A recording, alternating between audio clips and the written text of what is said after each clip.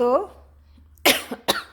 بات ہو رہی تھی، ہم لوگ آیت پڑھ رہے تھے سورہ کہف کی، اور وہاں پر یہ بات ہو رہی تھی کہ اللہ تعالیٰ نے محمد صلی اللہ علیہ وسلم کی اس تکلیف پر جو آپ کو تھی، یہ تکلیف عین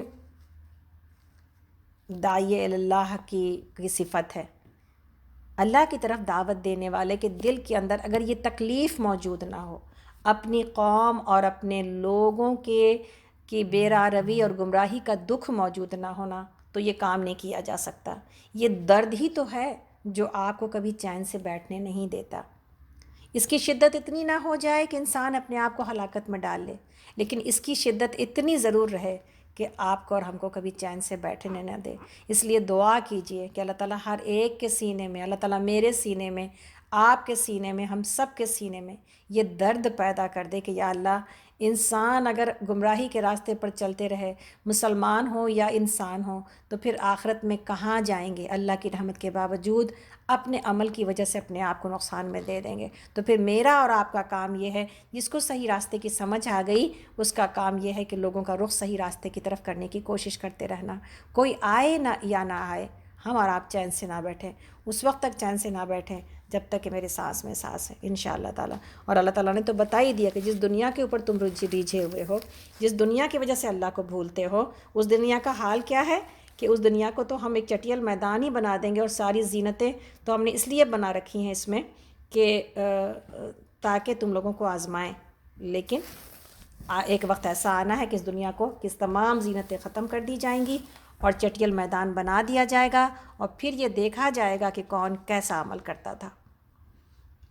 آگے اللہ تعالیٰ فرماتے ہیں، کیا تم یہ سمجھتے ہو کہ غار اور کتبے والے ہماری کوئی بڑی عجیب نشانیوں میں سے تھے؟ جب وہ چند نوجوان غار میں پناہ گزین ہوئے اور انہوں نے کہا کہ اے پروردگار، ہم کو اپنی رحمت خاص سے نواز اور ہمارا معاملہ درست کر دے، تو ہم نے انہیں اسی غار میں تھپک کر سالہ سال کے لیے گہری نیند سلا دیا۔ پھر ہم نے انہیں اٹھایا تاکہ دیکھیں ان کے دو گروہوں میں سے کون اپنی قیام کی مدت کا ٹھیک شمارہ کرتا ہے۔ یعنی یہاں پر یہ بات بتائی گئی ہے کہ یہ جو لوگ تھے، اس کے بارے میں ہے کہ کچھ لوگوں کو قریشیوں نے نضر بن حارث اور عقبہ بن ابو محیط کو مدینہ کے یہودی علماء کے پاس بھیجا کہ تم جا کر محمد صلی اللہ علیہ وسلم کے بارے میں کل حالات ان سے پتہ کرو۔ تو انہوں نے کہا کہ ان سے جا کے سوال کرو، جواب دیں تو صحیح ہے، اور اگر جواب نہ دیں تو پھر جھوٹے ہیں۔ ان سے پوچھو کہ اگلے زمانے میں جو نوجوان چلے گئے تھے ان کا واقعہ بیان کرو۔ تو جب وہ لوگ قریشی جب نبی صلی اللہ علیہ وسلم کے پاس آئے تو آپ سے سوال کیا، تو آپ نے فرمایا تم کل آؤ، میں تمہیں جواب دوں گا، لیکن انشاءاللہ کہنا بھول گئے۔ 3 سوال تھے، ایک یہ تھے کہ ایک نوجوان جو چلے گئے تھے ان کے بارے میں، اور وہ ایک عجیب واقعہ اور اس شخص کے حالات دریافت کرو جس نے تمام زمین کا گشت لگایا تھا، ذوالقرنین کے بارے میں جو مشرق اور مغرب ہوا تھا، اور روح کے بارے میں دریافت کرو، اگر بتا دیں تو اسے نبی مان لینا اور اس کی اتباع کرنا، اگر نہ بتا سکے تو یہ شخص جھوٹا ہے۔ تو جب آپ نے ان لوگوں نے آ کے یہ 3 سوال کیے تو آپ نے فرمایا تم کل آؤ، میں تمہیں جواب دوں گا، لیکن انشاءاللہ کہنا بھول گئے۔ تو 15 دن گزر گئے، نہ آپ پر وحی آئی، نہ اللہ کی طرف سے ان باتوں کا جواب معلوم کرایا گیا۔ اہل مکہ جوش میں اگر کہنے لگے لیجئے صاحب کل کا وعدہ تھا، آج 15واں دن ہے، لیکن وہ بتا نہیں سکے۔ ادھر آپ کو دوہرا غم ستانے لگا کہ قریشیوں کو جواب نہ ملنے پر ان کی باتیں سننے کا اور وحی کے بند ہو جانے کا۔ پھر حضرت جبرائیل علیہ السلام آئے اور سورہ کہف نازل ہوئی، اور اسی میں انشاءاللہ نہ کہنے پر آپ کو آپ کی تنبیہ بھی کی گئی، نوجوانوں کا قصہ بھی بتایا گیا، اور اس سیاح کا بھی ذکر کیا گیا جو کہ ذوالقرنین سے اس میں موجود ہے۔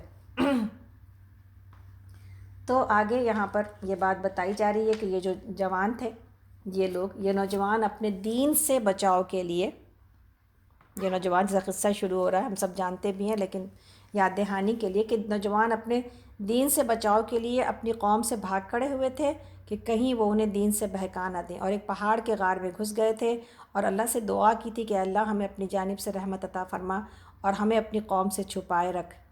تو اللہ رب العالمین نے ان لوگوں کو جس طرح سے ان کے دین کی حفاظت کی، یہ جو دعا ہے یہ بہت زبردست ہے۔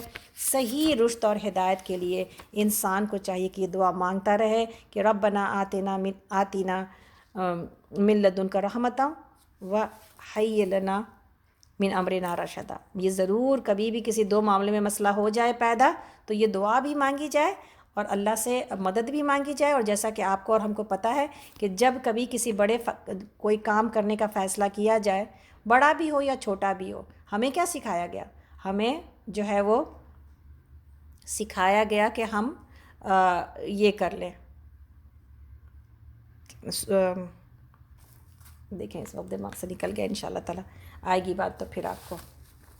اللہ سے جو ہے وہ نماز استخارہ پڑھیں، اللہ سے مدد مانگی جاتی ہے، اللہ سے مشورہ مانگا جاتا ہے، اور ہر انسان اپنی نماز استخارہ اس کو خود پڑھنا چاہیے، اس لیے کہ نماز استخارہ ہر انڈیویجول کے اپنے پڑھنے کے لیے، نہ کہ دوسرا کسی دوسرے کے لیے پڑھ سکتا ہے۔ یہ جہاں کی باتیں ہمیں سنائی جاتی ہے نا کہ مولانا صاحب نے ہمیں یہ کہا، وہاں پر مولوی بیٹھ کے دوسروں کے لیے دوسروں کا استخارہ بھی کرتے ہیں، کہ اب ان سے کہا جاتا ہے جی کوئی فون آتا ہے کہتا ہمارے لیے استخارہ کر دیجئے کہ ہم یہ کام کرنے چلے ہیں، تو وہ کہتے ہیں اچھا جی ٹھیک ہے، آپ کا نام کیا ہے اور آپ کا فلاں کیا ہے، ہم آپ کے لیے استخارہ کرتے ہیں۔ یہ ساری چیزیں شروع ہو گئیں، اللہ معاف کرے۔ ان تمام راستوں میں سے ہمیں صحیح راستہ حاصل کرنے کے لیے اور صحیح راستے کا علم حاصل کرنے کے لیے قرآن اور سنت کی طرف توجہ کرنا ہوگی، ایسے لوگوں کی طرف اور ایسے علماء کی طرف توجہ کرنا ہوگی جو صحیح باتوں کی طرف آپ کی رہنمائی کرتے ہیں، ورنہ محض کسی کا یہ کہہ دینا کہ کوئی عالم ہے اور اس نے کہیں کسی ٹی وی اسکرین پر بیٹھ کر کوئی ہری پگڑی یا سفید پگڑی یا جبے قبے کے ساتھ کسی نے کوئی بات فرمائی ہے تو اس لیے اس بات کو مان لیا جائے گا، جبکہ قرآن اور حدیث میں اس کی کوئی سند نہیں ملتی، تو پھر ایسے لوگوں سے بچنا چاہیے اور ایسے پروگراموں سے بچنا چاہیے۔ اور انسان کے پاس کم علم ہو لیکن صحیح علم ہو، یہ زیادہ اچھا ہے کہ بجائے اس کے کہ انسان زیادہ کے حرص رکھتا ہو اور پھر زیادہ کے چکروں میں پھر ایسی ایسی جگہ جائے جہاں پر اسے دین سے دور کر دیا جائے۔ اللہ سے دعا ہے اللہ تعالیٰ ہمیں بچا کے رکھے ایسی چیزوں سے جہاں کے صحیح دین کے بجائے غلط دین پروموٹ کیا جاتا ہے۔ آگے اللہ تعالیٰ فرماتے ہیں کہ ہم اس وقت آیت نمبر 13 پر ہیں، سورہ کہف۔ ہم ان کا اصل قصہ تمہیں سناتے ہیں۔ وہ چند نوجوان تھے جو اپنے رب پر ایمان لے آئے تھے اور ہم نے ان کو ہدایت میں ترقی بخشی تھی۔ ہم نے ان کے دل اس وقت مضبوط کر دیے جب وہ اٹھے اور انہوں نے اعلان کر دیا کہ ہمارا رب تو بس وہی ہے جو آسمانوں اور زمین کا رب ہے، ہم اسے چھوڑ کر کسی دوسرے معبود کو نہ پکاریں گے۔ اگر ہم ایسا کریں تو بالکل بیجا بات ہوگی۔ پھر انہوں نے آپس میں ایک دوسرے سے کہا، یہ ہماری قوم تو رب کائنات کو چھوڑ کر دوسرے خدا بنا بیٹھی ہے، یہ لوگ ان کے معبود ہونے پر کوئی واضح دلیل کیوں نہیں لاتے؟ آخرکار اس شخص سے بڑا ظالم اور کون ہوگا جو اللہ پر جھوٹ باندھے۔ اب جب کہ تم ان سے اور ان کے معبودان غیر اللہ سے بے تعلق ہو چکے ہو تو چلو اب فلاں غار میں چل کر پناہ لو، تمہارا رب تم پر اپنی رحمت کا دامن وسیع کرے گا اور تمہارے کام کے لیے سر و سامان مہیا کرے گا۔ تم انہیں غار میں دیکھتے تو تمہیں یوں نظر آتا کہ سورج جب نکلتا ہے تو ان کے غار کو چھوڑ کر دائیں جانب چڑھ جاتا ہے اور جب غروب ہوتا ہے تو اس سے بچ کر بائیں جانب اتر جاتا ہے، اور وہ ہیں کہ غار کے اندر ایک وسیع جگہ میں پڑے ہیں۔ یہ اللہ کی نشانیوں میں سے ایک ہے، جس کو اللہ ہدایت دے وہی ہدایت پانے والا ہے، اور جسے اللہ بھٹکا دے اس کے لیے تم کوئی ولی مرشد نہیں پا سکتے۔ تم انہیں دیکھ کر یہ سمجھتے کہ وہ جاگ رہے حالانکہ وہ سو رہے تھے۔ ہم انہیں دائیں بائیں کروٹ دلواتے رہتے تھے اور ان کا کتا غار کے دہانے پر ہاتھ پھیلائے بیٹھا تھا۔ اگر تم کہیں جھانک کر انہیں دیکھتے تو الٹے پاؤں بھاگ کھڑے ہوتے اور تم پر ان کے نظارے سے دہشت بیٹھ جاتی۔ یعنی اس واقعے میں یہ بتایا جا رہا ہے کہ اگر انسان ایمان پر ہو اور اس کی حفاظت کرنا چاہے تو اللہ رب العالمین سے دعا کرے اور سچی تڑپ ہو تو اللہ رب العالمین ایمان والوں کی حفاظت کرتے ہی کرتے ہیں۔ ہم کہتے ہیں نا کہ اتنے سارے مختلف چیزیں، کوئی کچھ کہتا ہے کوئی کچھ کہتا ہے، انسان کو کیا ماننا چاہیے؟ انسان کو سب سے پہلے اپنے طلب میں سچا ہونا چاہیے، پھر اللہ تعالیٰ سچائی کی طرف رہنمائی خود ہی کر دیتے ہیں اور صحیح بات اس کے دل میں بیٹھ ہی جاتی ہے۔ اگر اس کے باوجود کسی بات کو کرنے میں فیصلہ سمجھ میں نہ آئے تو نماز استخارہ پڑھے، پھر اس کے بعد جس چیز کی طرف اس کا دل مائل ہو پھر وہ عمل کرے انشاءاللہ تعالیٰ۔ اور یہاں پر یہ بات بتائی گئی کہ کس طرح اللہ رب العالمین نے کائنات کو ایمان والوں کی خدمت میں لگا رکھا ہے، اور ان غار والے نوجوانوں کو دھوپ کی شدت اور گرمی سے بچانے کے لیے سورج کو حکم ہوا کہ وہ ان سے کترا کر گزر جائے۔ تو یہ ہے وہ اللہ رب العالمین کی مدد کہ جس کے بارے میں انسان یہ کہتا ہے کہ شیطان تو ہر طرف سے ہمیں گھیرے ہوئے، پھر شیطان سے بچنا تو بڑا ہی مشکل کام ہے، تو پھر ہماری مدد اس دنیا میں کیا ہے؟ ہماری مدد اس دنیا میں یہ ہے کہ اللہ رب العالمین ہمارے ساتھ ہیں، ہماری مدد اس دنیا میں یہ ہے کہ اللہ کے فرشتے ہمارے ساتھ ہیں، ہماری مدد اس دنیا میں یہ ہے کہ پوری کائنات ہمارے ساتھ ہے۔ انشاءاللہ تعالی۔ اللہ رب العالمین آگے فرماتے ہیں، ہم لوگ اس وقت آیت نمبر 19 پر ہیں، سورہ کہف پارہ نمبر 15۔ اور اسی عجیب کرشمے سے ہم نے انہیں اٹھا بٹھایا تاکہ ذرا آپس میں کچھ پوچھ گچھ کر لیں۔ ان میں سے ایک نے پوچھا، کہو کتنی دیر اس حال میں رہے؟ دوسرے نے کہا شاید دن بھر یا اس سے بھی کچھ کم رہے ہوں گے۔ 300 سال سوئے ہیں، اور آپ دیکھیں حالت کیا ہے۔ اسی طرح انسان قبر سے جب اٹھے گا قیامت کے دن، تو جو نیک لوگ ہوں گے جن کو کہ سلا دیا گیا تھا قبر میں، وہ یہی کہیں گے کہ ہماری آرام گاہ سے کس نے ہمیں جگا دیا ہے، اور وہ ان کو پتہ ہی نہیں ہوگا کہ وہ ہزار ہا سال سوتے رہے ہیں۔ آگے اللہ تعالیٰ کہتے ہیں کہ پھر وہ بولے، آیت نمبر اس وقت ہم لوگ 19 پر ہیں، کہ پھر وہ بولے اللہ ہی بہتر جانتا ہے کہ ہمارا کتنا وقت اس حال میں گزرا۔ چلو اپنے میں سے کسی کو چاندی کا یہ سکہ دے کر شہر بھیجیں، اور وہ دیکھے کہ سب سے اچھا کھانا کہاں ملتا ہے، وہاں سے وہ کچھ کھانے کے لیے لائے، اور چاہیے کہ ذرا ہوشیاری سے کام کرے، ایسا نہ ہو کہ وہ کسی کو ہمارے یہاں ہونے سے خبردار کر بیٹھے، اور اگر کہیں ان لوگوں کا ہاتھ ہم پر پڑ گیا تو بس سنسار ہی کر ڈالیں گے، اور یا پھر زبردستی ہمیں اپنی ملت میں واپس لے جائیں گے، اور اگر ایسا ہوا تو ہم کبھی فلاح نہ پا سکیں گے۔ اس طرح ہم نے اہل شہر کو ان کے حال پر مطلع کیا تاکہ لوگ جان لیں کہ اللہ کا وعدہ سچا ہے، اور یہ کہ قیامت کی گھڑی بے شک آ کر رہے گی۔ مگر ذرا خیال کرو کہ جب سوچنے کی اصل بات یہ تھی کہ اس وقت وہ آپس میں اس بات پر جھگڑ رہے تھے کہ ان اصحاب کہف کے ساتھ کیا کیا جائے۔ کچھ لوگوں نے کہا کہ ان پر ایک دیوار چن دو، ان کا رب ہی ان کے معاملے کو بہتر جانتا ہے، مگر جو لوگ ان کے معاملات پر غالب تھے انہوں نے کہا کہ ہم تو ان پر ایک عبادت گاہ بنائیں گے۔ یہاں پر یہ بات بتائی جا رہی کہ جب وہ سکہ لے کے پہنچے تو وہ اتنا پرانا سکہ تھا، پھر لوگوں کو خبر ہوئی، پھر وہ جو وقت کے حکومت وقت اس وقت تک وہ جو سارا علاقہ تھا وہ ایمان لا چکا تھا، تو پھر وہ سارے ان کے ساتھ آئے، اور اس نے بتایا کہ میرے اور بھی ساتھی موجود ہیں۔ پھر جب وہ غار تک آئے تو پھر وہ غار والے لوگ دوبارہ سے لیٹ گئے، اور اللہ نے ان کو دوبارہ سے اب اصل موت ان کے اوپر طاری کر دی۔ تو اب ان کے پاس آپس میں یہ جھنجھٹ ہونے لگا کہ ان بزرگوں کو جو کہ ایمان کی وجہ سے یہاں چھپے تھے، ان کے اوپر شاید ہمیں کوئی عمارت بنا لینی چاہیے۔ بہت سارے لوگ اس آیت سے یہ غفلت کھاتے ہیں کہ آیت کے عمارت بنائی جا سکتی ہے، لیکن پوری کی پوری حدیث موجود ہے کہ اللہ کے نبی صلی اللہ علیہ وسلم نے حضرت علی رضی اللہ عنہ کو اس بات کے لیے بھیجا تھا کہ جتنی بھی بلند قبریں ہیں اور عمارت والی پختہ قبریں ہیں سب کو ڈھا دیا جائے، اور یہ سخت ناپسندیدہ ہے کہ قبروں کو پختہ بنایا جائے، سخت ناپسندیدہ ہے کہ قبروں کے اوپر عمارت بنائی جائے۔ پھر آج مسلمان ممالک میں یہ جو بڑے بڑے داتا دربار اور فلانے دربار اور غریب نواز اور یہ چیزیں موجود ہیں، یا اگر کہیں پر کوئی اور کسی کا مزار موجود ہے بڑے بڑے لوگوں کا، اس کی کیا دلیل ملتی ہے؟ یعنی سب سے پہلے اللہ کے حکم کی طرف آنا چاہیے کہ انسان اللہ کے حکموں کو مانے۔ اسی طرح اس میں کتے کا معاملہ بھی موجود ہے، اور بہت سارے لوگ کہتے ہیں کہ کتا اتنا ناپاک اس لیے نہیں ہے کہ قرآن میں اس کا تذکرہ موجود ہے، قرآن میں خنزیر کا بھی تذکرہ موجود ہے، تو کیا پھر خنزیر بھی ہمارے لیے حلال ہو گیا؟ تو وہ یہ سب کم سطحی علم کا نتیجہ ہے کہ کوئی چیز قرآن میں پڑھ کے انسان یہ سمجھے کہ یہ تو بڑی بابرکت کتاب ہے اور مبارک کتاب ہے، اس میں تو شیطان کا بھی ذکر موجود ہے، تو کیا ساری چیزیں پھر بابرکت اور مبارک ہو جائیں گی ہمارے لیے؟ اصل بات یہ ہے کہ قرآن کو سیکھنا چاہیے کسی کے پاس بیٹھ کر کے، تاکہ صحیح بات انسان کو سمجھ میں آ سکے، اور انسان اتنا نادان نہ ہو کہ اپنے ہی زوم میں رہے، اور اتنا بیوقوف نہ ہو کہ اپنے ہی علم پر تکیہ کیے رہے، یہاں تک کہ پھر موت ہمیں آ کے لے جائے۔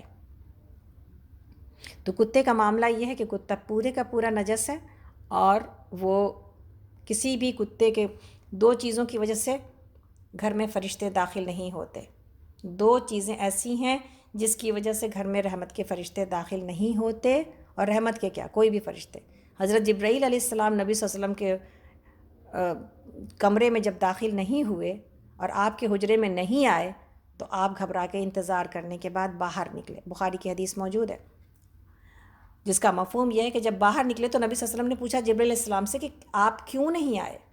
تو انہوں نے کہا کہ ہمارے پاس ایک رکاوٹ تھی کہ آپ کے کمرے میں کتے کا ایک بچہ موجود ہے۔ آپ نے پالا تو نہیں تھا، لیکن کوئی کتے کا بچہ کہیں سے داخل ہو گیا تھا اور کسی پلنگ کے نیچے چھپ کے بیٹھ گیا تھا۔ پھر جب دیکھا گیا تو وہاں پر کتے کا ایک بچہ موجود تھا، پھر اس کو نکالا گیا، اور جبرائیل علیہ السلام نے کہا کہ جب کسی گھر میں 2 چیزیں ہوں تو فرشتے داخل نہیں ہوتے۔ ایک تو یہ ہے کہ کتا موجود ہو، اور دوسرا یہ ہے کہ تصویر ٹنگی ہوئی ہو۔ تصویر کو زینت کے ساتھ لٹکانا اور کہیں پر ٹانگنا اس کی وجہ سے فرشتے داخل نہیں ہوتے۔ تو تصویر ہو سکتی ہے البم میں کہیں پر پڑی ہو، دو جلدوں کے درمیان کہیں پر موجود ہو، اس سے کوئی حرج نہیں ہے۔ دیواروں پر اگر تصویر کو ٹانگا جائے یا فریج کے اوپر ٹانگا جائے اور پھر یہ تصویریں ٹنگی ہوں تو پھر رحمت کے فرشتے داخل نہیں ہوتے۔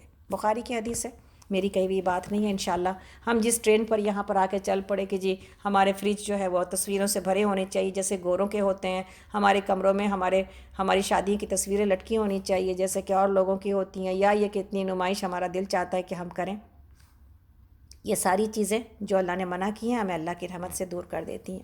ہم میں سے کون نہیں چاہتا کہ ہمارے گھروں میں فرشتے داخل ہوں اور رحمت کے بھی فرشتے آئیں اور برکت کے بھی فرشتے آئیں اور ہمارے لیے فرشتوں کی آمد رہے۔ تو اگر ہمیں یہ چاہیے تو یہ قربانی تو دینی پڑے گی کہ اپنی تصویروں کو اتارنا پڑے گا دیواروں پر سے۔ تو آگے چلتے ہیں، آگے ہم لوگ آیت نمبر 22 پر ہیں اس وقت، سورۃ الکہف۔ کچھ لوگ کہیں گے کہ وہ 3 تھے اور چوتھا ان کا کتا تھا، اور کچھ دوسرے کہیں گے کہ 5 تھے اور چھٹا ان کا کتا تھا۔ یہ سب بے تکی ہانکتے ہیں۔ کچھ اور لوگ کہتے ہیں کہ 7 تھے اور 8واں ان کا کتا تھا۔ کہو میرا رب ہی بہتر جانتا ہے کہ وہ کتنے تھے، اور کم ہی لوگ ان کی صحیح تعداد جانتے ہیں۔ بس تم سرسری بات سے بڑھ کر ان کی تعداد کے معاملے میں لوگوں سے بحث نہ کرو اور نہ ان کے متعلق کسی سے کچھ پوچھو، اور دیکھو کسی چیز کے بارے میں کبھی یہ نہ کہا کرو کہ میں کل یہ کام کر دوں گا، تم کچھ نہیں کر سکتے الا یہ کہ اللہ چاہے۔ اگر بھولے سے ایسی بات زبان سے نکل جائے تو فوراً اپنے رب کو یاد کرو اور کہو کہ امید ہے کہ میرا رب اس معاملے میں رشد سے قریب تر بات کی طرف میری رہنمائی فرما دے گا۔ اور وہ اپنے غار میں 300 سال رہے، اور کچھ لوگ مدت کے شمار میں 9 سال اور بڑھ گئے ہیں۔ تم کہو اللہ ان کے قیام کی مدت زیادہ جانتا ہے، آسمانوں اور زمین کے سب پوشیدہ احوال اسی کو معلوم ہے۔ کیا خوب ہے وہ دیکھنے والا اور سننے والا، زمین اور آسمان کی مخلوقات کا کوئی خبرگیر اس کے سوا نہیں، اور وہ اپنی حکومت میں کسی کو شریک نہیں کرتا۔ اے نبی صلی اللہ علیہ وسلم، آپ کے رب کی کتاب میں سے جو کچھ آپ پر وحی کیا گیا ہے اسے جوں کا توں سنا دیجئے، کوئی اس کے فرمودات کو بدل دینے کا مجاز نہیں ہے، اور اگر کسی کی خاطر اس میں رد و بدل ہوگی تو اس سے بچ کر بھاگنے کے لیے کوئی جائے پناہ نہیں ملے گی۔ اور اپنے دل کو ان لوگوں کی معیت پر مطمئن کر لیجئے جو اپنے رب کی رضا کے طلبگار بن کر صبح اور شام اس کو پکارتے ہیں، اور ان سے ہرگز نگاہ نہ پھیریے۔ کیا آپ دنیا کی زینت پسند کرتے ہیں؟ کسی ایسے شخص کی اطاعت نہ کیجیے جس کے دل کو ہم نے اپنی یاد سے غافل کر دیا ہے، اور جس نے اپنی خواہش نفس کی پیروی اختیار کر لی ہے، اور جس کا طریقہ کار افراط اور تفریح یعنی ایکسٹریم رویہ ہے جس کا۔ اور صاف کہہ دیجئے کہ یہ حق ہے تمہارے رب کی طرف سے، اب جس کا جی چاہے مان لے اور جس کا جی چاہے انکار کرے۔ یہاں پر ہم نے انکار کرنے والے ظالموں کے لیے ایک آگ تیار کر رکھی جس کی لپٹیں انہیں گھیرے میں لے چکی ہیں۔ وہاں اگر وہ پانی مانگیں گے تو ایسے پانی سے ان کی تواضع کی جائے گی جو تیل کی تلچھٹ جیسا ہوگا، اور ان کا منہ بھون ڈالے گا بدترین پینے کی چیز اور بہت بری آرام گاہ۔ رہے وہ لوگ جو مان لیں اور نیک عمل کریں تو یقیناً ہم نیکوکار لوگوں کا اجر ضائع نہیں کیا کرتے۔ ان لوگوں کے لیے سدا بہار جنتیں ہیں جن کے نیچے نہریں بہہ رہی ہوں گی، وہاں وہ سونے کے کنگنوں سے آراستہ کیے جائیں گے، باریک ریشم اور اطلس اور دیبا کے کپڑے پہنیں گے اور اونچی مسندوں پر تکیہ لگا کر بیٹھیں گے۔ بہترین اجر اور اعلیٰ درجے کی جائے قیام۔ یہاں پر آپ کو پتہ ہے مردوں کو سونا حرام ہے، ریشم حرام ہے، لیکن یہ سب کچھ حرام کیا گیا، جنت میں یہ سب کچھ ان کے لیے حلال ہوگا۔ تو بہت ساری چیزوں سے اس لیے روکا گیا تاکہ آزمائش کی جائے آگے کہ میرا بندہ اللہ کے حکم سے اس سے رکتا ہے یا نہیں رکتا۔ کوئی خاص وجہ سمجھنے کی نہیں ہوتی کہ بھلا سونا کیوں حرام کیا گیا مردوں پر، یہ جاننے کی ضرورت نہیں ہے۔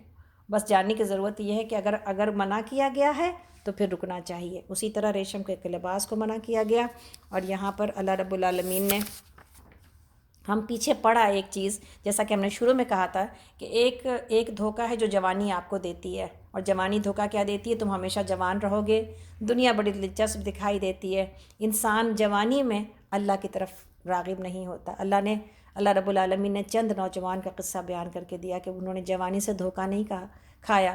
پوری دنیا جہاں پر ایمان لا کے نہیں دے رہی تھی وہاں پر انہوں نے یہ ایمان لے کے آئے اور اپنے ایمان کے لیے ساری قربانی دے دی۔ جوانی کے اندر وہ جذبہ موجود ہوتا ہے کہ جوان لوگ ایک انقلاب برپا کر سکتے ہیں۔ جوانوں کے اندر اتنی ہمت ہوتی ہے، دنیا چھوڑنے کی اتنی طاقت ہوتی ہے کہ وہ سب کچھ چھوڑنے پر تیار ہو جاتے ہیں۔ آپ دیکھیں کہ نبی صلی اللہ علیہ وسلم کے اس وقت میں جو لوگ ایمان لائے، اور پہلے بھی ہم پیچھے پڑھائے کہ کچھ جوانوں نے ان کے اوپر، دوسرے انبیاء کے بارے میں بھی اللہ رب العالمین نے یہی کہا کہ چند ہی نوجوان تھے جو کہ ان کے اوپر ایمان لے کے آئے۔ تو اللہ کو جوانی چاہیے ہوتی ہے، اس لیے 5 سوالوں میں ایک سوال جوانی کا بھی ہے۔ اس لیے عرش کے سائے کے نیچے میں سے ایک سایہ ان کے لیے بھی ہے جو جوانی میں اللہ کی عبادت سے جڑ جائے۔ تو جوانی کی عبادت اللہ کو بہت پسند ہے، جوانی کا ایمان اللہ کو بہت پسند ہے، اور جوانی کو اللہ کے راستے میں خرچ کرنا یہ اللہ کو بہت زیادہ پسند ہے۔ تو ایک سوال الگ سے جوانی کا بھی رکھا گیا ہے۔ اللہ رب العالمین سے دعا ہے کہ اللہ تعالیٰ ہمیں اپنے راستے میں، اب جوانی تو باقی نہیں رہی، جن کی ہے ماشاءاللہ ہے، ہمارے جوانوں کو ایمان کی دولت سے نوازیں، اور ہمیں اپنے ایمان کی طاقت سے، جو لوگ کہ جوانی سے گزر چکے ہیں، ہمیں ایمان کی طاقت سے دوبارہ سے جوان کر دیں، تاکہ اسی شوق، جذبے اور قربانیوں کے ساتھ ہم اللہ کے دین کا پیغام لے کے اٹھیں جو اس کی ضرورت ہے، تاکہ ہم لوگوں کو یہ بتا سکیں کہ اس دھوکے کی دنیا، اس دھوکے کی ٹٹی سے بچ کر اس دنیا کے لیے تیاری کرو جو آگے آنے والی ہے انشاءاللہ تعالیٰ۔ اور یہاں پر اللہ تعالیٰ نے جو ہے وہ اللہ کے ذکر کے بارے میں بات کی ہے، حدیث میں ہے کہ، اور یہاں پر یہ بھی بات کی کہ ان سے اپنے آپ کو دور نہ کرو جو اللہ کی یاد میں اپنا وقت گزارتے ہیں، ان لوگوں کے ساتھ اپنے دل کو مطمئن کرو۔ جیسا کہ ہم پہلے بھی پڑھائے تھے کہ نبی صلی اللہ علیہ وسلم سے ہمیشہ یہ مطالبہ کیا جاتا تھا کہ ایسے چھوٹے لوگوں کو اپنی مجلس میں نہ بٹھایا کرے، اور جو چھوٹے لوگ آپ کے پاس بیٹھا کرتے تھے، یعنی وہ غریب اور بیچارے غلام لوگ، جس میں کہ حضرت بلال، حضرت عمار، حضرت صہیب، حضرت خباب بن ارت اور ابن مسعود یعنی عبداللہ ابن مسعود وغیرہ، تو ان کے بارے میں جب سوال کیا جاتا تھا کہ ان کو نہ بٹھایا جائے تاکہ سرداران قریش آ کر بیٹھیں، تو اللہ رب العالمین نے آپ کو روکا، اور ایسے ہی لوگوں کو جو ہے نبی صلی اللہ علیہ وسلم کی مجلس میں بیٹھنے کی اجازت دی گئی۔ اور حدیث میں ہے کہ ذکر کرنے والوں کے بارے میں کہ ذکر اللہ کرنے والوں کے ساتھ صبح کی نماز سے سورج نکلنے تک بیٹھ جانا مجھے تو تمام دنیا سے زیادہ پیارا ہے۔ نبی صلی اللہ علیہ وسلم نے کہا کہ میں صبح کے نماز کے بعد اللہ کے ذکر میں بیٹھا رہوں، اور نماز عصر کے بعد سورج کے غروب ہونے تک اللہ کے ذکر میں بیٹھا رہوں، یعنی صبح کی نماز کے بعد طلوع آفتاب تک، یہاں تک کہ سورج نکل جائے، اور عصر کی نماز کے بعد غروب آفتاب تک، یعنی یہاں تک کہ سورج ڈوب جائے، مجھے دنیا اور دنیا میں جو کچھ ہے اس سے کہیں زیادہ پیارا ہے۔ تو اور مجھے اس سے بھی پیارا ہے کہ مجھے 8 غلاموں کے آزاد کرنے کا سے بھی زیادہ پیارا ہے، چاہے وہ غلام اولاد اسماعیل سے ہی کے غلاموں سے، یعنی اولاد اسماعیل سے ہی کہ جتنے گراں قدر اور قیمتی کیوں نہ ہو۔ تو گویا کہ یہاں پر یہ اللہ کے ذکر کی قدر و قیمت ان اوقات میں کتنی ہے، اور پھر یہ کہ اللہ کے ذکر والوں کے ساتھ بیٹھنا کتنا بابرکت ہے۔ اللہ رب العالمین نے خود نبی صلی اللہ علیہ وسلم کو اس بات کے لیے جو ہے وہ ہدایت دی کہ آپ ان کے ساتھ بیٹھیں۔ تو آگے چلتے ہیں ہم لوگ انشاءاللہ تعالیٰ، تھوڑی سی دیر میں سورہ کہف مکمل ہو جائے گی، ہم لوگ سورہ کہف مکمل کریں گے۔ اللہ تعالیٰ فرماتے ہیں، اس وقت آیت نمبر 32 پر ہیں ہم لوگ، اے محمد صلی اللہ علیہ وسلم ان کے سامنے ایک مثال پیش کرو۔ 2 شخص تھے، ان میں سے ایک کو ہم نے انگور کے 2 باغ دیے اور ان کے گرد کھجور کے درختوں کی باڑ لگائی اور ان کے درمیان کاشت کی زمین رکھی۔ دونوں باغ خوب پھلے پھولے اور بار آور ہونے میں انہوں نے ذرا سی کسر بھی نہ چھوڑی۔ ان باغوں کے اندر ہم نے ایک نہر جاری کر دی اور اسے خوب نفع حاصل ہوا۔ یہ کچھ پا کر ایک دن وہ اپنے ہمسائے سے بات کرتے ہوئے بولا، اب یہ مال کا فتنہ ہے، اس کو دیکھیے گا کہ میں تجھ سے زیادہ مالدار ہوں اور تجھ سے زیادہ طاقتور نفری رکھتا ہوں۔ پھر وہ اپنی جنت میں داخل ہوا اور اپنے نفس کے حق میں ظالم بن کر کہنے لگا، میں نہیں سمجھتا کہ یہ دولت کبھی فنا ہو جائے گی، اور مجھے توقع نہیں ہے کہ قیامت کی گھڑی کبھی آئے گی۔ تاہم اگر کبھی مجھے اپنے رب کے حضور پلٹایا بھی گیا تو ضرور اس سے بھی زیادہ شاندار جگہ پاؤں گا۔ اس کے ہمسائے نے گفتگو کرتے ہوئے اس سے کہا، کیا تو کفر کرتا ہے اس ذات سے جس نے تجھے مٹی سے اور پھر نطفے سے پیدا کیا اور تجھے ایک پورا آدمی بنا کھڑا کیا؟ رہا میں تو میرا رب تو وہی اللہ ہے اور میں اس کے ساتھ کسی کو شریک نہیں کرتا۔ اور جب تو اپنی جنت میں داخل ہو رہا تھا تو اس وقت تیری زبان سے یہ کیوں نہ نکلا کہ ماشاء اللہ لا قوت الا باللہ؟ اگر تو مال اور اولاد میں اپنے سے کمتر پا رہا ہے تو بعید نہیں کہ میرا رب مجھے تیری جنت سے بہتر عطا فرما دے اور تیری جنت پر آسمان سے کوئی آفت بھیج دے جس سے وہ صاف میدان بن کر رہ جائے، یا اس کا پانی زمین میں اتر جائے اور پھر تو اسے کسی طرح نکال نہ سکے۔ آخر ہوا یہ کہ اس کا سارا ثمرہ مارا گیا اور وہ اپنے انگوروں کے باغ کو ٹنٹیوں پر الٹا پڑا دیکھ کر اپنی لگائی ہوئی لاگت پر ہاتھ ملتا رہ گیا اور کہنے لگا، کاش میں نے اپنے رب کے ساتھ کسی کو شریک نہ ٹھہرایا ہوتا۔ نہ ہوا وہ اللہ کو چھوڑ کر اس کے پاس کوئی جت تھا کہ اس کی مدد کرتا، اور نہ کر سکا وہ آپ ہی اس آفت کا مقابلہ۔ اس وقت معلوم ہوا کہ کارسازی کا اختیار خدائے برحقی کے لیے ہے، انعام وہی بہتر ہے جو بخشنے اور انجام وہی بہتر بخیر ہے جو وہ دکھائے۔ تو یہاں پر یہ بات کہ ماشاء اللہ لا قوت الا باللہ، ہم یہ کہتے ہیں کہ نظر بد لگنے کی دعا ہے، اصل میں یہ ماشاء اللہ لا قوت الا باللہ انسان کے اپنی نعمتوں کو دیکھنے کے وقت کی دعا ہے۔ یعنی انسان پھر اپنی ہر نعمت پر اللہ کی ہی بڑائی بتاتا ہے اور یہ کہتا ہے کہ سب کچھ اللہ کی طرف سے ہی ہے۔ لیکن جہاں تک معاملہ ہے کہ دوسرے کو نظر لگنے کی دعا، اس کے بارے میں یہ ہے کہ بارک اللہ فیک، یہ دعا دی جاتی ہے، برکت کی دعا، کہ اللہ تعالیٰ تم کو اس میں برکت عطا کرے۔ یہ وہ دعا ہے جس سے نظر نہیں لگتی، بارک اللہ فیک، اللہ تعالیٰ تجھے برکت، مزید برکت عطا کرے، یا بارک اللہ لکم فیہا، اللہ تعالیٰ تیرے لیے اس میں اور زیادہ برکت عطا کرے۔ مگر آسان جملہ ہے، بارک اللہ فیک یہ بولنا چاہیے جب کسی کی آپ دیکھیں نعمت کو اور کسی کے بارے میں اچھی خبر سنیں تو کہنا یہ چاہیے بارک اللہ فیک، کہ اللہ تعالیٰ آپ کو مزید برکت عطا کرے۔ جہاں تک ماشاء اللہ کا تعلق ہے، ماشاء اللہ بولا جا سکتا ہے، ماشاء اللہ لا قوت الا باللہ بولا جا سکتا ہے، لیکن اس کے ساتھ بارک اللہ فیک ضرور لگایا جائے تاکہ پھر بری نظر نہ لگے کسی کو، اور ماشاء اللہ انسان اپنے نعمتوں کے اوپر پڑھے۔ اے نبی صلی اللہ علیہ وسلم، انہیں حیات دنیا کی حقیقت اس مثال سے سمجھائیے۔ آیت نمبر 45 سورہ کہف، پارہ نمبر 15، کہ آج ہم نے آسمان سے پانی برسا دیا تو زمین کی پود خوب گھنی ہو گئی، اور کل وہی نباتات بھس بن کر رہ گئی جسے ہوائیں اڑائے لیے پھرتی ہیں۔ اللہ ہر چیز پر قدرت رکھتا ہے۔ یہ مال اور یہ اولاد محض دنیاوی زندگی کی ایک چھوٹی آرائش ہے، اصل میں تو باقی رہ جانے والی نیکیاں ہی تیرے رب کے نزدیک نتیجے کے لحاظ سے بہتر ہیں، اور انہی سے اچھی امیدیں وابستہ کی جا سکتی ہیں۔ فکر اس دن کی ہونی چاہیے جب کہ ہم پہاڑوں کو چلائیں گے اور تم زمین کو بالکل برہنہ پاؤ گے، اور ہم تمام انسانوں کو اس طرح گھیر کر جمع کریں گے کہ اگلے پچھلوں میں سے ایک بھی نہ چھوٹے گا، اور سب کے سب تمہارے رب کے حضور صف در صف پیش کیے جائیں گے۔ لو دیکھ لو، آ گئے نا تم ہمارے پاس، اسی طرح جیسا ہم نے تم کو پہلی بار پیدا کیا تھا۔ تم نے تو یہ سمجھا تھا کہ ہم نے تمہارے لیے کوئی وعدے کا وقت مقرر ہی نہیں کیا ہے، اور نامہ اعمال سامنے رکھ دیا جائے گا۔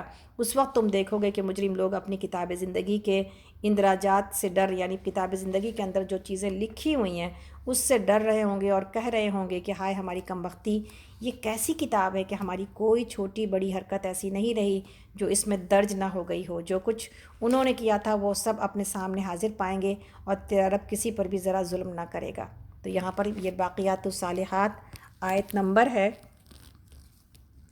46 کہ مال، اور سورہ کہف کی 46 آیت کو ہم لوگ لکھ لیں انشاءاللہ تعالیٰ، اور یہی وہ آیت ہے کہ جس کے بارے میں باقیات الصالحات کے نبی صلی اللہ علیہ وسلم نے کہا کہ سبحان اللہ والحمد للہ ولا الہ الا اللہ، یہ جو ہے نا یہ باقیات الصالحات ہے، اور اس کا اجر مرنے کے بعد بھی ملتا رہتا ہے۔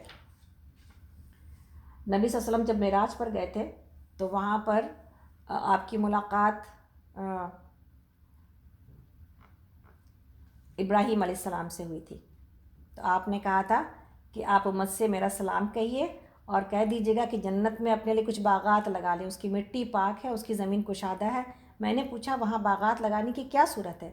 فرمایا لا حول ولا قوت الا باللہ کثرت سے پڑھیں، اور یہ بھی فرمایا کہ سبحان اللہ الحمدللہ واللہ اکبر پڑھنے سے ہر ایک کے بدلے وہاں پر ایک درخت لگا دیا جاتا ہے۔ اور نبی صلی اللہ علیہ وسلم نے فرمایا کہ سن لو سبحان اللہ والحمدللہ ولا الہ الا واللہ اکبر، یا یہ باقیات الصالحات ہیں، یعنی باقی رہنے والی نیکیاں ہیں۔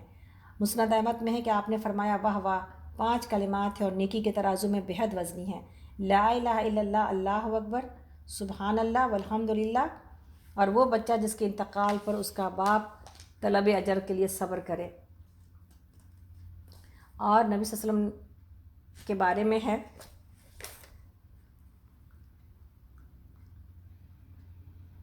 ایک صحابی کے بارے میں ہے کہ میں نے نبی صلی اللہ علیہ وسلم سے سنا کہ جب لوگ سونے چاندی کو جمع کرنے میں لگ جائیں تم اس وقت ان کلمات کو بکثرت پڑھا کرو، اللہم انی اسألک الثبات فی الامر والعزیمتی علی الرشدی واسألک شکر نعمتک واسألک حسن عبادتک واسألک قلبا سلیما واسألک لسانا صادقا واسألک من خیر ما تعلم واعوذ بک من شر ما تعلم واستغفرک لما تعلم انک انت علام الغیوب، کہ اے اللہ میں تجھ سے اپنے کام کی ثابت قدمی اور نیکی کے کام کے پورے قصد اور تیری نعمتوں کی شکر گزاری کی توفیق طلب کرتا ہوں، اور تجھ سے دعا ہے کہ تو مجھے سلامتی والا دل، سچی زبان عطا فرما۔ تیرے علم میں جو بھلائی ہے میں اس کا خاصگار ہوں، اور تیرے علم میں جو برائی ہے میں اس سے تیری پناہ چاہتا ہوں۔ پروردگار، ہر اس برائی سے میری توبہ ہے جو تیرے علم میں ہے، بے شک غیب دان صرف تو ہی ہے۔ تو اللہ اکبر، یہ جو ہے نا، ابن عباس رضی اللہ عنہ فرماتے ہیں کہ باقیات الصالحات ذکر اللہ ہے، اور لا الہ الا اللہ واللہ اکبر سبحان اللہ والحمد للہ اور لا حول ولا قوت واستغفر اللہ، یہ سب کچھ باقیات الصالحات ہے۔ تو یہ جو تیسرا کلمہ ہے اس کے بارے میں ہے کہ یہ باقیات الصالحات ہے۔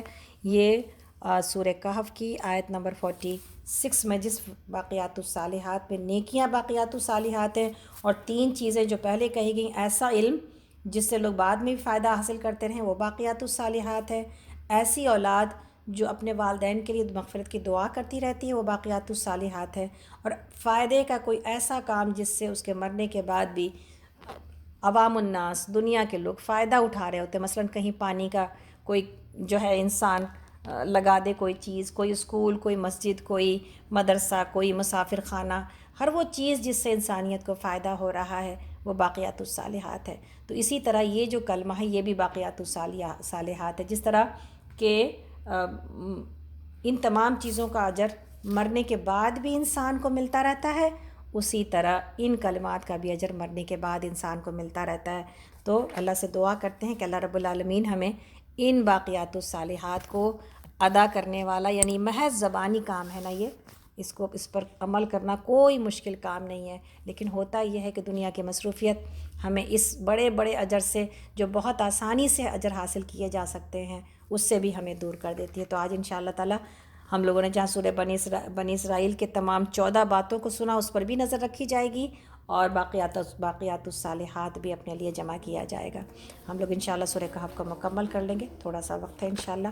آگے اللہ تعالیٰ فرماتے ہیں، ہم لوگ اس وقت آیت نمبر 50 پر ہیں۔ یاد کرو جب ہم نے فرشتوں سے کہا کہ آدم کو سجدہ کرو تو انہوں نے سجدہ کیا، مگر ابلیس نے نہ کیا، تو وہ جنوں میں سے تھا، اس لیے اس نے رب کے حکم سے اطاعت سے نکل گیا۔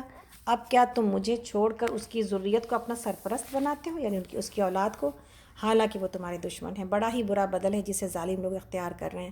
میں نے آسمان اور زمین پیدا کرتے وقت ان کو نہیں بلایا تھا، اور نہ خود ان کی اپنی تخلیق میں انہیں شریک کیا تھا۔ میرا یہ کام نہیں ہے کہ گمراہ کرنے والوں کو اپنا مددگار بنایا کروں۔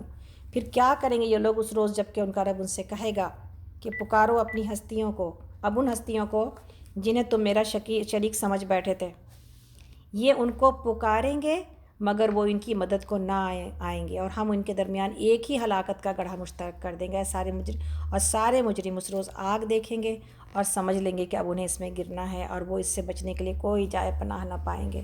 ہم نے اس قرآن میں لوگوں کو طرح طرح سے سمجھایا، مگر انسان بڑا ہی جھگڑالو واقع ہوا ہے۔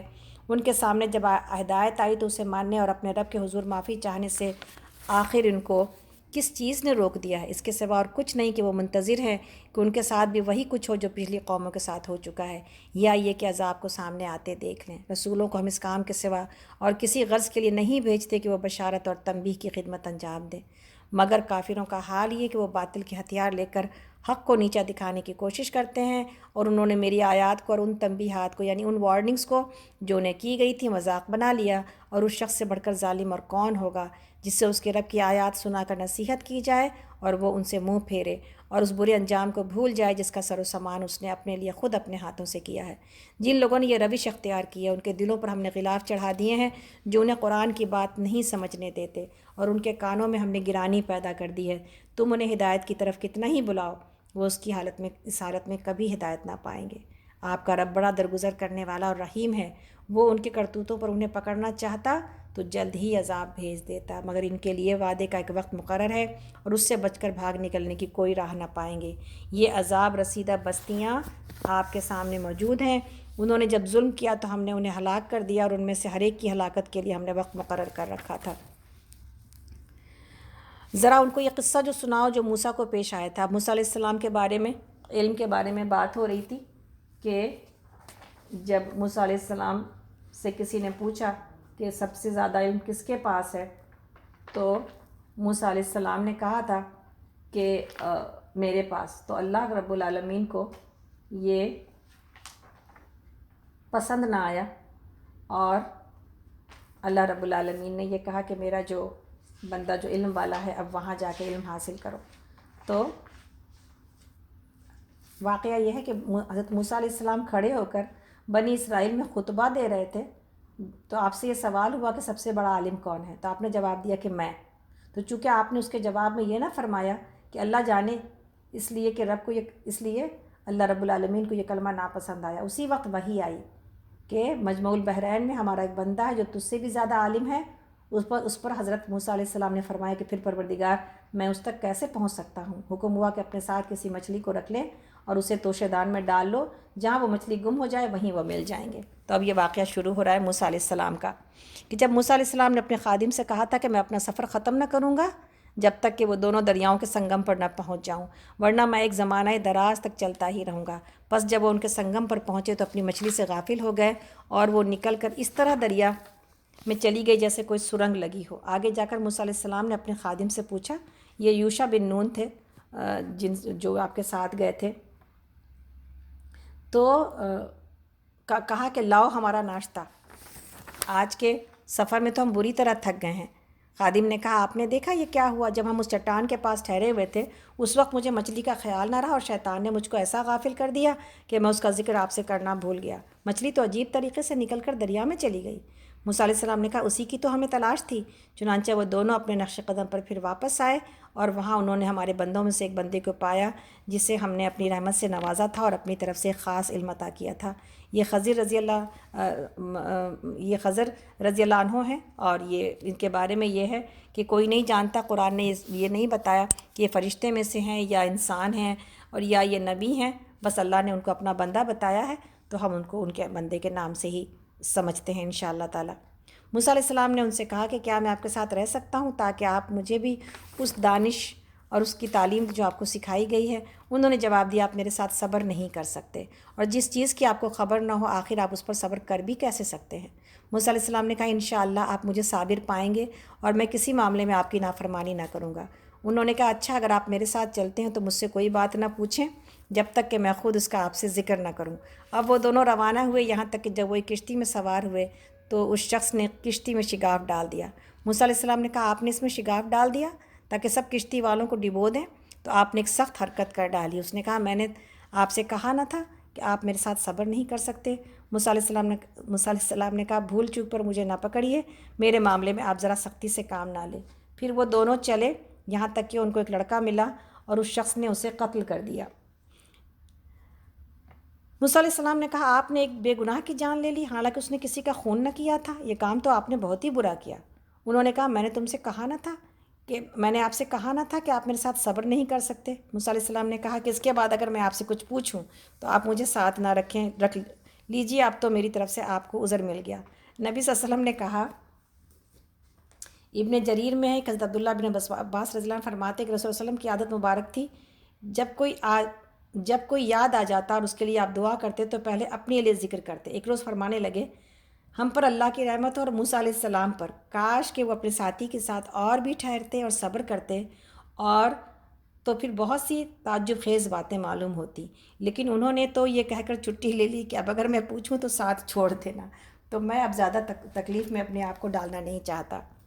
تو یہاں پر اللہ رب العالمین فرماتے ہیں کہ پھر وہ آگے چلے۔ ہم لوگ اس وقت آیت نمبر 77 پر ہیں سورہ کہف۔ ہم آپ کا تھوڑا سا زیادہ وقت لے رہے ہیں، لیکن انشاءاللہ کہف آپ یہاں پہ کمپلیٹ ہو جائے گی تو پھر اس کو مکمل کر لیتے ہیں۔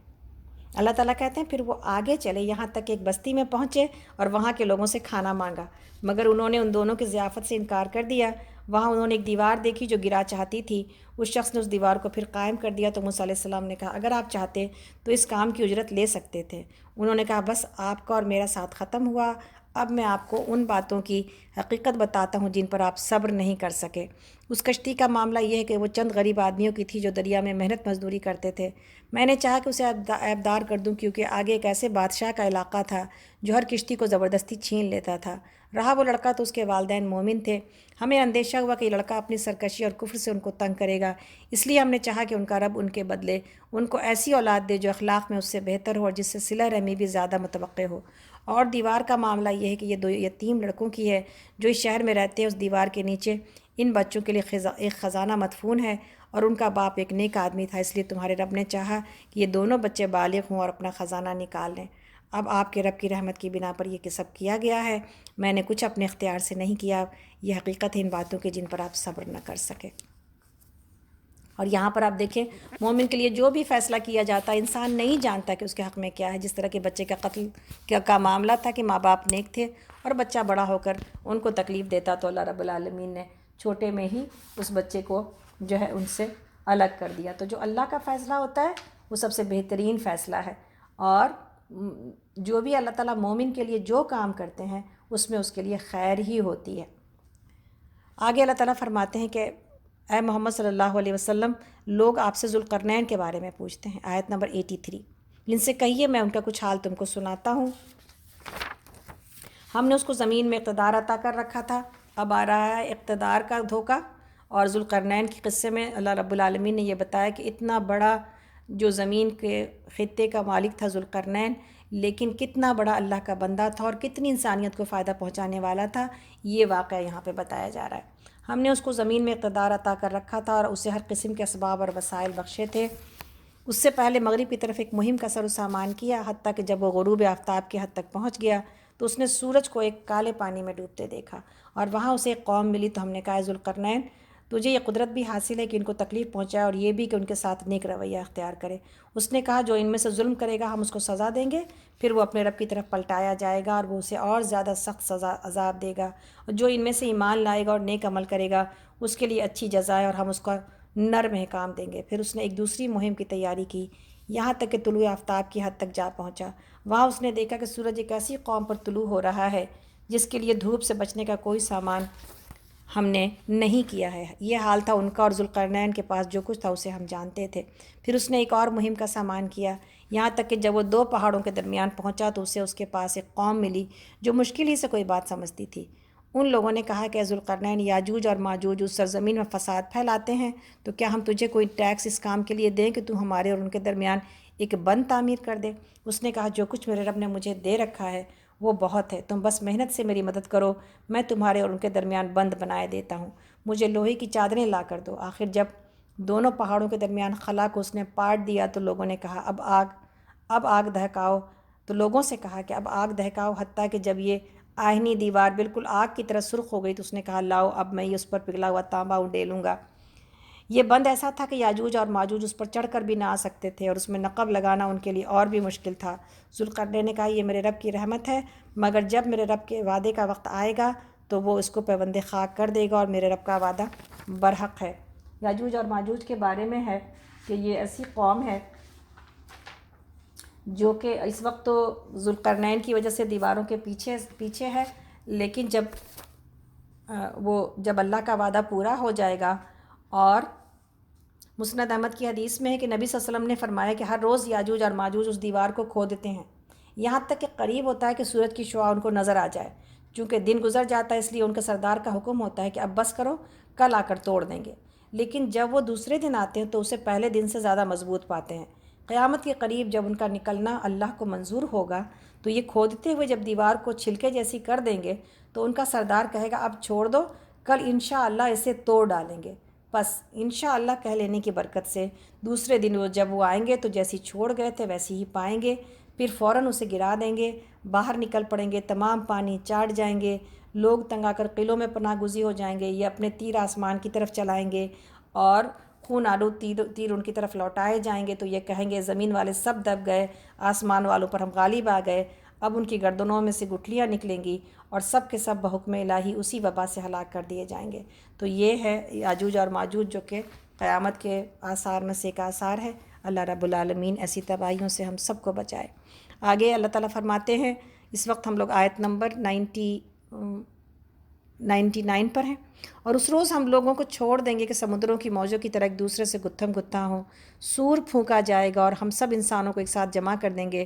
اور وہ دن ہوگا جب ہم جہنم کو کافروں کے سامنے لائیں گے، ان کافروں کے سامنے جو میری نصیحت کی طرف سے اندھے بنے ہوئے تھے. نبی صلی اللہ علیہ وسلم نے فرمایا اس بارے میں کہ میں کیسے چین اور آرام سے بیٹھوں. سور والا فرشتہ سور کو منہ سے لگائے ہوئے، پیشانی جھکائے ہوئے، کان لگائے ہوئے منتظر بیٹھا ہے کہ کب حکم ہو اور میں پھونک دوں. لوگوں نے پوچھا یا رسول اللہ پھر ہم کیا کہیں؟ فرمایا حسبنا اللہ و نعم الوکیل وعلی اللہ توکلنا. تو یہ جو ہے نا، یہ سور کے بارے میں ہماری جو غفلت ہے، نبی صلی اللہ علیہ وسلم کی جو حالت تھی وہ بتائی جا رہی ہے. آگے اللہ تعالیٰ فرماتے ہیں تو کیا یہ لوگ جنہوں نے کفر اختیار کیا ہے یہ خیال رکھتے ہیں کہ مجھے چھوڑ کر میرے بندوں کو اپنا کارساز بنا لیں؟ ہم نے ایسے کافروں کی ضیافت کے لیے جہنم تیار کر رکھی ہے. اے محمد صلی اللہ علیہ وسلم ان سے کہیے کیا ہم تمہیں بتائیں اپنے اعمال میں سب سے زیادہ ناکام اور نامراد لوگ کون ہیں؟ یہ وہ آیتیں ہیں جو کہ بہت زیادہ جو ہے وہ عبرت والی ہیں کہ انسان کیسے اپنے اعمال کی وجہ سے دھوکہ کھاتا ہے. اللہ تعالیٰ نے کہا سب سے اکثرین اعمالا کون لوگ ہیں؟ وہ لوگ ہیں جو دنیا کی زندگی میں جن کی ساری کوشش اور جد و جہد راہ راست سے بھٹکی ہوئی ہوتی ہے اور وہ یہ سمجھتے رہے کہ وہ سب کچھ ٹھیک کر رہے ہیں. یہ وہ لوگ ہیں جنہوں نے اپنے رب کی آیات کو ماننے سے انکار کیا اور اس کے حضور پیشی کا یقین نہ کیا، اس لیے ان کے سارے اعمال ضائع ہو گئے. قیامت کے روز ہم انہیں کوئی وزن نہ دیں گے اور ان کی جزا جہنم ہے اس کفر کے بدلے جو انہوں نے کیا اور اس مذاق کے پاداش میں جو میری آیات اور میرے رسولوں کے ساتھ کرتے رہے. البتہ وہ لوگ جو ایمان لائے اور جنہوں نے نیک عمل کیے ان کی میزبانی کے لیے فردوس کے باغ ہوں گے جن میں وہ ہمیشہ رہیں گے اور کبھی اس جگہ سے نکل کر کہیں جانے کا ان کا جی نہ چاہے گا. اے محمد صلی اللہ علیہ وسلم کہیے اگر سمندر میرے رب کی باتیں لکھنے کے لیے روشنائی بن جائے تو وہ ختم ہو جائے، مگر میرے رب کی باتیں ختم نہ ہوں، بلکہ اگر اتنی ہی روشنائی ہم اور لے آئیں تو وہ بھی کفایت نہ کرے. اے محمد صلی اللہ علیہ وسلم کہیے کہ میں تو ایک انسان ہوں تم ہی جیسا، میری طرف وحی کی جاتی ہے کہ تمہارا الہ بس ایک ہی الہ اللہ ہے. بس جو کوئی اپنے رب کی ملاقات کا امیدوار ہو اسے چاہیے کہ نیک عمل کرے اور بندگی میں اپنے رب کے ساتھ کسی اور کو شریک نہ کرے. تو یہاں پر سورہ کہف مکمل ہوتی ہے. اللہ تعالیٰ ہمیں ان محروم اور جو ہے وہ بدنصیب لوگوں سے کے گروپ میں شامل ہونے سے بچائے جو اپنے عمل کا جائزہ نہیں لیتے اور محاسبہ نہیں کرتے اور جو کہ اپنے ہر عمل کو صحیح سمجھتے ہیں. اللہ رب العالمین نے کہا کہ یہ وہ لوگ ہیں جو کہ بہت زیادہ نقصان اٹھائے آنے والے. کیوں کہا کہ بہت زیادہ نقصان اٹھانے والے لوگ ہیں؟ اس لیے کہا کہ جب کسی انسان کو اپنے عمل کی غلطی کا احساس نہیں ہوتا نا تو اس کے پلٹنے کی کوئی گنجائش باقی نہیں رہتی.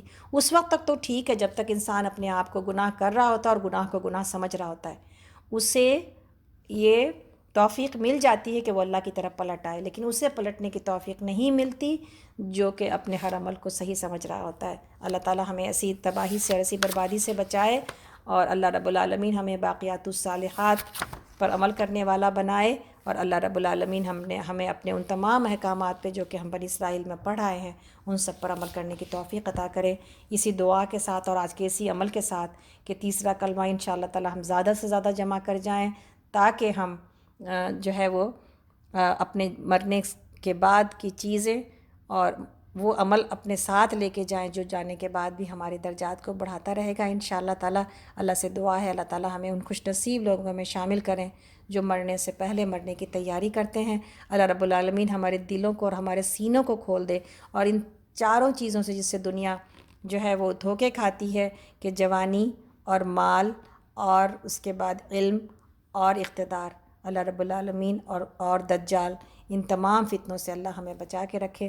اللہ رب العالمین نے ہمیں جو کچھ بھی دیا ہے اللہ کرے کہ ہم اللہ کے راستے میں اس کو خرچ کر جائیں اسی دعا کے ساتھ کہ اللہ رب العالمین ہمیں ایسا بنا دے جیسا ہمیں دیکھنا چاہتا ہے. اللہ کرے کہ ہم اسی خوبی کے ساتھ جس سے پڑھ رہے ہیں اور آپ کا زیادہ ٹائم ہم اسی لیے لے رہے ہیں کہ اب ہمیں مکمل کرنا ہے اور اگر ہم اس رفتار سے نہ چلے تو پھر 12 تاریخ تک ہم اس کو مکمل نہیں کر سکیں گے. ہمیں امید ہے کہ آپ سب اس بیٹھنے اور سننے کو اللہ تعالیٰ کی آپ کی ان تمام کوششوں کو اللہ تعالیٰ بہترین بڑھا چڑھا کے قبول کرے اپنے راستے میں، اور انشاء اللہ تعالی ہم جب اللہ کے پاس پہنچیں گے تو اپنے ان اوقات پر جو کہ ہم نے قرآن کے لیے لگائے اتنا کچھ پائیں گے، اور انشاءاللہ قرآن ہمارے لیے گواہی دے گا کہ اس نے ہمارے ساتھ وقت گزارا تھا اور تکلیف اٹھائی تھی۔ انشاءاللہ تعالی یہ وہ سفارش ہے جو ہمیں حاصل کرنے کی ضرورت ہے۔ اللہ کرے کہ یہ ہم قرآن کو اپنے حق میں سفارشی بنا جائیں، اللہ کرے یہ ہمارے حق میں حجت ہو، ہمارے خلاف حجت نہ ہو۔ اللہ سے اس دعا کے ساتھ کہ ہم میں سے جو بھی بیمار ہیں، ہماری رومانہ، ہماری رابعہ، ہمارا فرحان، ہمارا آمنہ آنٹی، اور وہ تمام لوگ جن کا نام ہم نے لیا، جن کا نام نہیں لے سکے، ہم میں سے جو کوئی بھی بیمار ہے، اللہ تعالیٰ سبوں کو شفائے کاملہ عاجلہ سے نوازے۔ اللہ رب العالمین ہم کو دنیا کی صحت، دنیا کی جوانی، دنیا کا مال، دنیا کی ہر نعمت کو اللہ کے راستے میں استعمال کرنے والا بنا دے۔ اللہ تعالیٰ ہم سب سے راضی ہو جائے، ہمیں موت نہ آئے مگر اس حال میں کہ وہ ہم سے راضی ہو۔ اللہ تعالیٰ ہمیں موت نہ آئے مگر اس حال میں کہ آپ ہم سے راضی ہوں۔ یا ربی ہمیں موت نہ آئے مگر اس حال میں کہ ہماری زبانوں پر کلمہ لا الہ الا اللہ ہو۔ یا اللہ ہمارے والدین کو اور ہمارے تمام رشتہ داروں کو بخش دیجئے، اور اللہ ہماری اولادوں کو اور ہمیں بہترین نمازیں پڑھنے والا بنا دیجئے۔ یا اللہ ہماری والدین کو بخش دیجئے اور ان لوگوں کو بخش دیجئے، تمام جو ہے مسلمانوں کو بخش دیجئے اس دن جب کہ حساب کتاب قائم ہوگا۔ یا اللہ ہم سب کا آسان حساب لینا۔ اللہم حاسبنا حسابا یسیرا، ربی اجعلنی مقیم الصلاۃ ومن ذریتی، ربنا وتقبل دعا، ربنا اغفر لی ولوالدی وللمؤمنین یوم یقوم الحساب۔ سبحان ربک رب العزۃ عما یصفون وسلام علی المرسلین والحمد للہ رب العالمین۔ السلام علیکم ورحمۃ اللہ وبرکاتہ۔ کل انشاءاللہ تعالی ہم لوگ سورہ مریم شروع کریں گے۔ تمام لوگ جو کہ اسکائپ پر ہیں، تمام لوگ جو کہ فیس بک پر ہیں، اور تمام لوگ جو کہ فون پر ہیں، آپ سب کا آنا مبارک ہو، اہلاً و سہلاً مرحبا۔ اور انشاءاللہ تعالیٰ کل آپ لوگوں سے دوبارہ ملاقات ہوتی ہے۔ اپنی خاص دعاؤں میں یاد رکھیے گا۔ اللہ تعالیٰ آپ سب کا حامی و ناصر ہو، آمین یا رب العالمین۔ ربنا تقبل منا انک انت السمیع العلیم وتوب علینا انک انت التواب الرحیم۔ سبحانک اللہم و بحمدک، اشہد ان لا الہ الا انت استغفرک و اتوب الیک۔